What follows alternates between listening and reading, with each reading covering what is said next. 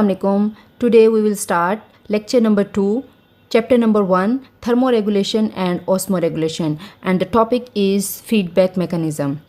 What is feedback mechanism? Feedback mechanisms are the foundation of homeostasis. Feedback mechanism जो होता है ये homeostasis की foundation है. यहाँ पे एक शॉर्ट क्वेश्चन भी बनता है, why it is called the foundation of homeostasis, मतलब फीडबैक मैकेनिज्म को होम्योस्टेसिस की फाउंडेशन क्यों कहा जाता है. तो इसका आंसर ये है कि feedback mechanism keeps the body in balance.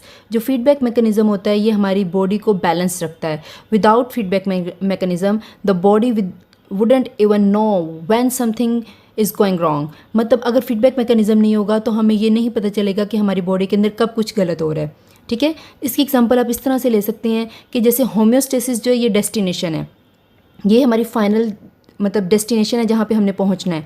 तो फीडबैक मैकेनिज्म क्या होता है? फीडबैक मैकेनिज्म वो रास्ता होता है, वो स्टीयरिंग है जिसके ज़रिए या फिर जीपीएस है हमारे पास जिससे हमने गुजर के जाना होता है. तो अगर हमारा रास्ता ही गलत होगा तो हम जो है वो अपने डेस्टिनेशन पे नहीं पहुँच पाएंगे. ठीक है, तो फीडबैक मैकेनिज्म को इसीलिए हम कहते हैं कि ये फाउंडेशन ऑफ होम्योस्टेसिस है.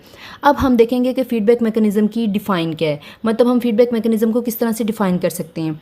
तो feedback mechanisms are the regulatory processes in which the output, main यहाँ से स्टार्ट हो रहा है कि feedback mechanisms are the regulatory processes in which the product of a system is use to control the behaviour of the system itself.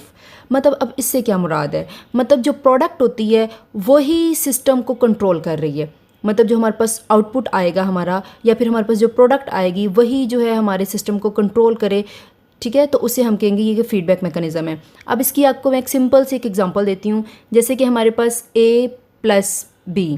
ठीक है, A plus B जो है ये आगे हमें प्रोडक्ट देते हैं C प्लस D. ठीक है, ये हमारे पास C प्लस D जो है ये हमारी क्या है? ये प्रोडक्ट है. अगर ये प्रोडक्ट जो है ये जाके रिएक्टेंट को कहे कि रिएक्शन को स्टॉप कर दो या फिर रिएक्शन को स्लो डाउन कर दो, ठीक है, तो ये भी फीडबैक मैकेनिज्म होगा. अगर ये जो प्रोडक्ट है C प्लस D ये जाके रिएक्टेंट को कहे कि रिएक्शन को फास्ट कर दो मतलब इंक्रीज़ कर दो, तो ये भी हमारे पास फीडबैक मैकेनिज्म होगा. ठीक है, फीडबैक मैकेनिज्म की 2 टाइप्स हैं जो हम 1 बाय 1 डिस्कस करेंगे. मैंने आपको डेफिनेशन बताई है कि फीडबैक मैकेनिज्म क्या होता है. फीडबैक मैकेनिज्म जो है एक्चुअल में this is a regulatory process in which the output, इसमें क्या होता है जो आउटपुट होती है वही सिस्टम को कंट्रोल कर रही होती है. मतलब उसने क्या करना है? Output of a system is use to control the behaviour of the system itself. मतलब सिस्टम का जो बिहेवियर है उसको कौन कंट्रोल कर रहा है? आउटपुट. ठीक है, जैसे कि मैंने आपको example the A plus B, ये क्या है? रिएक्टेंट. ये मिलके क्या बनाएंगे? C plus D product. ठीक है, जब हमारे पास प्रोडक्ट बनेगी तो ये प्रोडक्ट जो है अगर तो ज़्यादा हो रही है, ठीक है, तो ये क्या करेगी? जाके पीछे मतलब रिएक्टेंट को स्टॉप करवा देगी कि आगे रिएक्शन को स्टॉप कर दें. तो इसे हम कहते हैं नेगेटिव फीडबैक मैकेनिज्म. ठीक है, नेगेटिव फीडबैक मैकेनिज्म हम आगे भी देखेंगे, लेकिन मैं आपको बता रही हूँ कि नेगेटिव फीडबैक मैकेनिज्म में क्या होता है, अगर एक चीज़ ज़्यादा हो रही है तो दूसरी कम हो जाती है. लेकिन इसकी दूसरी टाइप जो है फीडबैक मैकेनिज्म की उसे हम कहते हैं पॉजिटिव फीडबैक मैकेनिज्म. और पॉजिटिव फीडबैक मैकेनिज्म में क्या होता है? अगर एक चीज़ ज़्यादा हो रही है तो दूसरी भी क्या होती है? ज़्यादा होती है. ठीक है, मतलब अगर प्रोडक्ट मतलब जो है वो ज़्यादा बन रहा है तो वो क्या करेगा? आगे रिएक्टेंट को कहेगा और प्रोडक्ट बनाओ. मतलब दोनों चीज़ें प्रोडक्ट और रिएक्टेंट जो हैं वो क्या करेंगे? अगर इंक्रीज़ हो रहे हैं तो इससे हम कहते हैं कि ये क्या हो रहा है? Positive feedback mechanism. और अगर एक चीज़ ज़्यादा हो रही है दूसरी चीज़ कम हो रही है तो इसे हम कहेंगे नेगेटिव फीडबैक मैकेनिज्म. अब 1 बाय 1 हम इसकी टाइप्स को डिस्कस करेंगे. There are 2 types of feedback mechanism. First is negative feedback mechanism and the second is positive feedback mechanism. तो सबसे पहले हम नेगेटिव फीडबैक मैकेनिज्म को देखेंगे कि नेगेटिव फीडबैक मैकेनिज्म क्या है. हम उसकी एग्जांपल देखेंगे और हम देखेंगे कि इसमें मतलब किस तरह से एक चीज़ जो है मतलब वो ज़्यादा हो रही है और दूसरी चीज़ कम हो रही है. ठीक है, मतलब आउटपुट या फिर प्रोडक्ट जो है वो किस तरह से रिड्यूस कर रहा है एक्टिविटी ऑफ द सिस्टम को. तो हम ये नेगेटिव फीडबैक मैकेनिज्म में जो है वो डिस्कस करेंगे. Negative feedback mechanism. अब नेगेटिव फीडबैक मैकेनिज्म में क्या होता है कि जो आउटपुट होती है या फिर जो प्रोडक्ट होता है वो क्या करता है? Reduces the activity of the system. ठीक है, मतलब अगर एक चीज़ ज़्यादा हो रही है, मतलब सपोज करें हमारे पास A प्लस B, मतलब ये हमारे पास क्या है? A प्लस B, ये हमारे पास रिएक्टेंट हैं. इन्होंने आगे क्या दिया? इन्होंने प्रोडक्ट दी C प्लस D. तो ये जो प्रोडक्ट है जब ये बहुत ज़्यादा बन जाएगी तो ये इससे क्या होता है, जब हमारे पास प्रोडक्ट बहुत ज़्यादा हो जाती है तो ये प्रोडक्ट इट्सेल्फ क्या करती है, जाके रिएक्टेंट को स्टॉप करवा देती है, मतलब उनकी एक्टिविटी को क्या कर देगी, कम कर देगी। ठीक है, तो ये हमारे पास क्या होता है नेगेटिव फीडबैक मैकेनिज्म में कि जो आउटपुट होती है, जब बहुत ज़्यादा आउटपुट बनना शुरू हो जाए, ठीक है, तो वो क्या करती है, वो खुद ही सिस्टम की जो एक्टिविटी है उसको रिड्यूस कर देती है। इससे क्या हो रहा है, एक चीज़ जब ज़्यादा हो रही है तो वो ऑटोमेटिकली दूसरे को क्या कर रहा है, कंट्रोल कर रहा है, उसको स्टॉप कर रहा है। तो then this is known as negative feedback mechanism. इसकी हमारे पास बेस्ट एग्जांपल आती है थर्मोरेगुलेशन में, जिस तरह हम हीट जो है इसको कंट्रोल करते हैं। लाइक जब बॉडी टेम्परेचर जो है वो ज़्यादा होता है, ठीक है, जब हमारी बॉडी का टेम्परेचर जो है वो ज़्यादा होता है, लाइक बाहर इन्वायरमेंट में देखें तो सपोज करें 45 डिग्री सेल्सियस है, ठीक है, जब इन्वायरमेंट में टेम्परेचर ज़्यादा हो गया, 45 डिग्री सेल्सियस हो गया, तो हमारी बॉडी सेंस करती है कि बाहर टेम्परेचर ज़्यादा हो रहा है। उससे क्या होता है, हमारे जो रिसेप्टर्स होते हैं जिन्हें हम थर्मो रिसेप्टर्स कहते हैं, ठीक है, ये कहाँ पे प्रेजेंट होते हैं, हमारी स्किन के ऊपर प्रेजेंट होते हैं। तो ये फ़ौरन से सेंस कर लेते हैं स्टिमुलस को, ये जो चेंज आया कि मतलब टेम्परेचर ज़्यादा हुआ, ठीक है, इसको फ़ौरन से हमारे रिसेप्टर्स जो हैं वो रिसीव करते हैं और वो फ़ौरन से हमारे कंट्रोल सेंटर मतलब हमारे ब्रेन, स्पाइनल कॉर्ड या ग्लैंड्स को इन्फॉर्मेशन आगे जो है वो सेंड कर देते हैं। ठीक है, तो ये जैसे ही हमारे कंट्रोल सेंटर तक इन्फॉर्मेशन जाती है तो कंट्रोल सेंटर आगे सेंस करता है, प्रोसेस करता है, वो देखता है कि वाकई ही टेम्परेचर जो है वो बॉडी का इंक्रीज़ हो रहा है, तो फ़ौरन से हमारे इफेक्टर्स जो होते हैं, इफेक्टर मतलब हमारे जो ग्लैंड्स होते हैं, ठीक है, मतलब जिनसे सिक्रीशन होनी होती है, इसके अलावा हमारे जो मसल्स होते हैं, मसल्स और ग्लैंड्स, ठीक है, उनको आगे फ़ौरन से क्या कर देता है, उनको आगे हुक्म देता है। ठीक है, अब इफेक्टर क्या करते हैं, इफेक्टर में हमारे पास आते हैं स्वेट ग्लैंड। ये स्वेट ग्लैंड क्या करती हैं, स्वेटिंग स्टार्ट कर देती हैं। जैसे ही स्वेटिंग स्टार्ट होती है हमारी बॉडी का टेम्परेचर क्या होता है, वो कम होना शुरू हो जाता है। बॉडी का टेम्परेचर जब कम हो रहा है, ठीक है, मतलब हमारा बॉडी का टेम्परेचर जो सेट पॉइंट पे आ गया, नॉर्मल हो गया। अब क्या होगा, ये हमारे पास ये प्रोडक्ट है, मतलब प्रोडक्ट का मतलब है कि हमने जो करना था वो हमें हासिल हो गया, मतलब बॉडी का टेम्परेचर हमने कम करना था, हमें कूलिंग इफेक्ट मिला स्वेटिंग से, उससे क्या हुआ, हमारा बॉडी का टेम्परेचर जो है वो कम हो गया। उससे क्या हुआ कि अब ये बॉडी का टेम्परेचर जो है जब कम होता है, ये ऑटोमेटिकली पीछे जाके क्या करेगा, जो हमारी बॉडी के अंदर मौजूद जहाँ पे टेम्परेचर हाई हो रहा था वहाँ पे जो उसे रिसीव कर रहे थे वो कौन थे, रिसेप्टर्स। ठीक है, तो इन रिसेप्टर्स को हुक्म देता है कि अब क्या करो, अब सेंसेशन को रोक दो, मतलब स्टिमुलस को रिसीव ना करो, क्योंकि ऑलरेडी हमारी बॉडी का टेम्परेचर जो है वो नॉर्मल है। ठीक है, स्वेटिंग हुई है, स्वेटिंग से क्या हुआ, बॉडी का टेम्परेचर नॉर्मल हो गया, और इस बॉडी के टेम्परेचर के नॉर्मल होने से क्या हुआ, हमने पीछे जाके रिसेप्टर्स को कह दिया कि ये क्या करें, ये जो है वो सेंसेशन मतलब स्टिमुलस जो है उसको रिसीव ना करें। ठीक है, तो ये क्या करता है, stop sending signals to control centre. जब रिसेप्टर्स जो हैं वो रिसीव ही नहीं करेंगे स्टिमुलस को, तो आगे कंट्रोल सेंटर को भी ऑर्डर नहीं जाएगा और आगे कंट्रोल सेंटर से आगे इफेक्टर को भी इंफॉर्मेशन जो ट्रांसफ़र नहीं होगी। तो इस तरह जब एक चीज़ ज़्यादा हो रही थी, ठीक है, तो हमारी बॉडी ने वर्क करना शुरू किया और उसको कम कर दिया, मतलब एक चीज़ के ज़्यादा होने से दूसरी चीज़ कम हो रही है, तो इसे हम कहते हैं ये क्या हो रहा है, नेगेटिव फीडबैक मैकेनिज्म है। ठीक है, तो इसमें हमारे पास क्या होता है, जो मोस्टली होम्योस्टेसिस होती है, मतलब 99% जो होम्योस्टेसिस है वह इसी मतलब प्रोसेस पे चल रही है, मतलब नेगेटिव फीडबैक मैकेनिज्म, मतलब अगर एक चीज़ ज़्यादा हो रही है तो हमने उसे कम करना होता है। ठीक है, तो it is the most common form of regulation. ठीक है, और 99% of homeostasis work through this.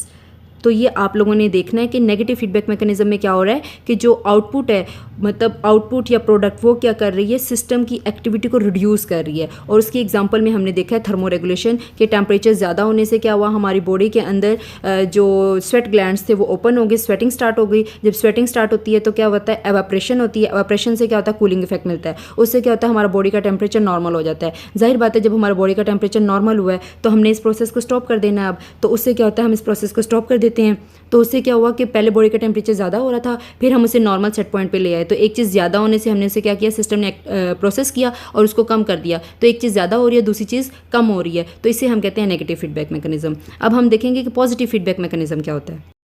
Positive feedback mechanism जो इसमें क्या होता है, द आउटपुट और प्रोडक्ट, जो हमारे पास आउटपुट या प्रोडक्ट होती है, it increases the activity of the system. इसने क्या करना है, सिस्टम की एक्टिविटी को इंक्रीज़ करवा देना है। ठीक है, अब इससे क्या होता है कि मतलब जब हमारे पास आउटपुट आती है तो आउटपुट क्या करती है, ऑटोमेटिकली क्या करती है, सिस्टम की जो एक्टिविटी है उसको इंक्रीज़ करवा देती है। मतलब यहाँ पे भी अगर हम देखें A+B, ये हमारे पास क्या है, रिएक्टेंट, ये आगे मिलके क्या देंगे, C+D।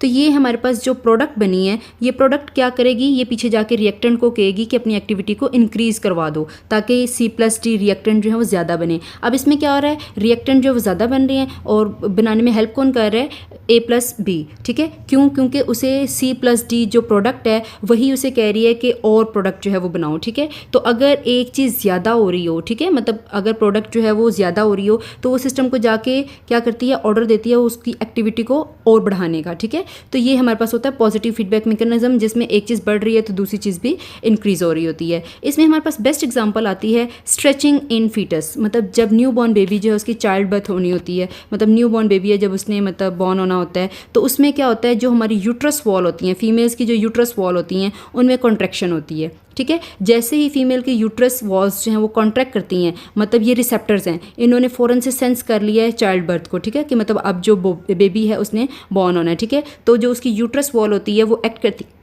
करती है एज ए रिसेप्टर, ठीक है। तो यूट्रस वॉल जब कॉन्ट्रैक्ट कर रही होती है तो वो आगे फ़ौरन से हमारे ब्रेन को जो है वो इन्फॉर्मेशन पहुंचा देती है। ब्रेन हमारा क्या है, कंट्रोल सेंटर, जिसने कंट्रोल करना है। और ब्रेन का भी कौन सा पार्ट, हाइपोथैलेमस, मतलब ब्रेन का पार्ट है हाइपोथैलेमस। आप लोगों ने पीछे ब्रेन पढ़ा होगा 9th-10th में, ठीक है, वहाँ पर आपने पढ़ा होगा कि ब्रेन का एक पार्ट है हाइपोथैलेमस। तो वहाँ पर जो है फ़ौरन से इन्फॉर्मेशन पहुँच जाती है। हाइपोथैलेमस में होता है एक पिट्यूटरी ग्लैंड, ठीक है, जो एक्ट करते हैं एज ए इफेक्टर।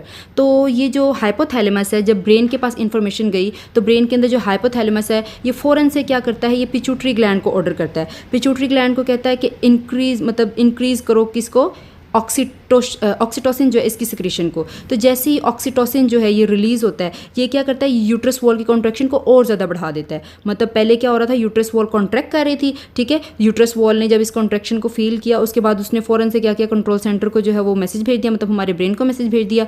ब्रेन से क्या हुआ कि मतलब ब्रेन ने आगे पिट्यूटरी ग्लैंड को जो है इन्फॉर्मेशन भेजी और पिट्यूटरी ग्लैंड ने क्या किया, ऑक्सीटोसिन रिलीज़ करना शुरू कर दिया। और ऑक्सीटोसिन ने क्या किया, यूट्रस वॉल की कॉन्ट्रैक्शन को और ज़्यादा बढ़ा दिया। अब इससे क्या हो रहा है, एक चीज़ पहले ही हो रही थी, हमने उसको और ज़्यादा बढ़ा दी है। मतलब जो हमारे पास प्रोडक्ट आई है वो क्या हो रहा है, मतलब प्रोडक्ट क्या कर रही है, वो कह रही है पीछे जाके कि भाई यूट्रस वॉल को और ज़्यादा कॉन्ट्रैक्ट करवाओ। अब इससे क्या होता है कि मतलब एक चीज़ बढ़ रही है तो दूसरी चीज़ भी बढ़ रही है, ठीक है। इसे कहते हैं पॉजिटिव फीडबैक मैकेनिज्म। जैसे कि यहाँ पर लिखा हुआ है more signals to control centre to release oxytocin, ताकि यहाँ पे देखें ये जो कॉन्ट्रैक्शन इन यूट्रस है ये पीछे जाके क्या कर रही है, ये पीछे जाके हमारी जो यूट्रस वॉल है उसको जाके कह रही है कि और जो है ये इन्फॉर्मेशन भेजो कंट्रोल सेंटर को, ताकि और ज़्यादा ऑक्सीटोसिन जो है वो रिलीज़ हो, ठीक है। इसे कहते हैं कि ये पॉजिटिव फीडबैक मैकेनिज्म हो रहा है, मतलब एक चीज़ बढ़ रही है तो दूसरी चीज़ भी बढ़ रही होती है। लेकिन ऐसा बहुत कम होता है। ऐसा कब होता है, जब हमें कोई सडन रिस्पॉन्स चाहिए होता है, जब सिग्निफिकेंट हमें सडन कोई रिस्पॉन्स चाहिए होता है, ठीक है। तो जैसे चाइल्ड बर्थ है, जब जैसी चाइल्ड बर्थ जो है हो जाती है तो ये प्रोसेस जो है वो दोबारा से क्या होता है, नॉर्मल मतलब सेट पॉइंट की तरफ आ जाता है,